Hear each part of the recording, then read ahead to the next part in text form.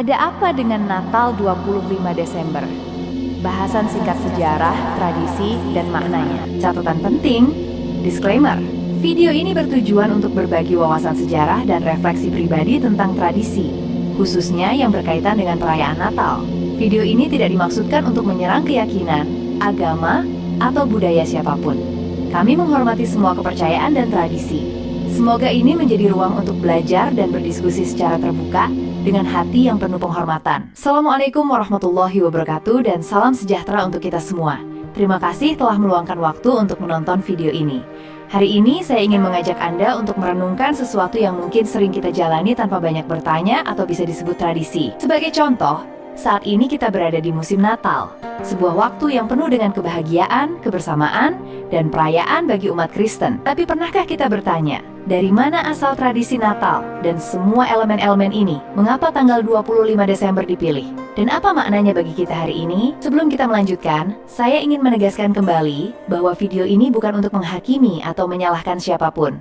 Ini adalah ruang untuk belajar dan berpikir bersama. Mari kita mulai. Bismillahirrahmanirrahim. Kalau kita melihat sejarah, tanggal 25 Desember sebenarnya tidak disebutkan dalam Alkitab sebagai hari kelahiran Yesus.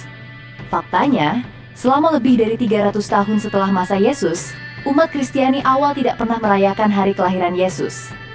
Tanggal ini baru ditetapkan sebagai hari raya gereja pada abad keempat atau 400 tahun setelah masa Yesus oleh Paus Julius I. Dan alasan utama pemilihan tanggal ini adalah karena bertepatan dengan festival Romawi kuno bernama Saturnalia. Saturnalia adalah perayaan titik balik matahari musim dingin yang penuh dengan pesta, hadiah, dan dekorasi.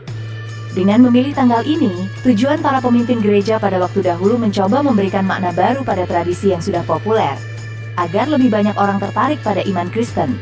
Saya bacakan kutipan dari nationalgeographic.grid.id dari rujukan The Pagan Origin and History of the Christmas Tree yang dimuat dalam laman ZME Science. Bibi Puyuh mengungkap, meski pohon Natal terkesan sebagai tradisi modern, akarnya telah tumbuh jauh ke masa lalu. Kutipan lainnya, selama Saturnalia, hukum longgar diberlakukan seperti pembunuhan, pencurian, bahkan tindakan kekerasan seringkali tidak dihukum. Namun di balik kekacauan tersebut, ada juga sisi lembutnya seperti orang-orang bertukar hadiah dan menunjukkan kemurahan hati. Sebuah tradisi yang mungkin terdengar akrab saat ini. Ketika kekristenan mulai menyebar, kelahiran Yesus Kristus akhirnya ditetapkan pada hari terakhir Saturnalia. Beberapa sejarawan percaya bahwa ini adalah langkah cerdik untuk memudahkan orang-orang pagan menerima agama baru. Meskipun tanggal sebenarnya dari kelahiran Yesus masih diperdebatkan, keputusan ini perlahan mengubah Saturnalia dari perayaan hedonistik menjadi momen keagamaan yang lebih tenang dan penuh makna. Dari kedua kutipan tersebut, mungkin bisa lebih menekankan bahwa tujuan video ini tidak ada unsur tendensius, tapi malah untuk mengajak lebih bisa terbuka dalam berpikir. Bukankah syarat iman haruslah orang yang berakal atau bisa berpikir? Dan sekarang, mari kita lihat tradisi yang kita jalani hari ini. Pohon Natal, hadiah yang diletakkan di bawahnya, bahkan perayaan ini secara keseluruhan sekalipun, pernahkah Anda bertanya-tanya, dari mana asal semua ini? Apakah semua elemen ini benar-benar memiliki kaitan langsung dengan Yesus? Bagi Anda yang ingin mencari lebih dalam, ada sebuah bagian menarik di Alkitab, tepatnya di kitab Yeremia pasal 10.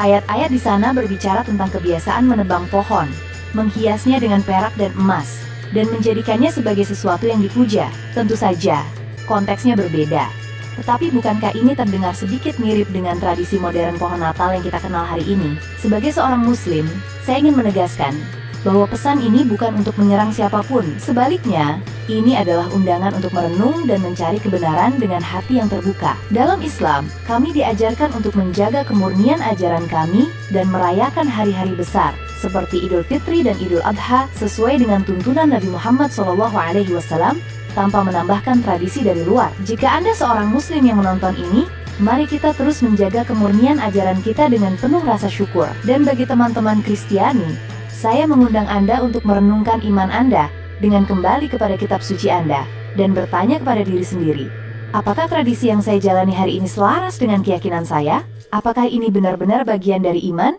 Atau sesuatu yang diadopsi dari luar dan diberi makna baru? Sebagai penutup, saya ingin menegaskan bahwa setiap tradisi memiliki sejarah dan makna yang berbeda bagi masing-masing orang. Pesan ini bukan untuk menghakimi, tetapi untuk mengajak kita semua berpikir lebih dalam tentang apa yang kita yakini dan jalani. Semoga kita semua dapat terus belajar, dan memahami dengan hati yang terbuka. Terima kasih telah mendengarkan dan menonton. Apabila suka dengan videonya, jangan lupa untuk subscribe dan like-nya, serta silahkan berkomentarlah dengan bahasan yang sopan. Dan saya harap video ini dapat memberikan wawasan baru untuk Anda. Wassalamualaikum warahmatullahi wabarakatuh dan salam untuk kita semua.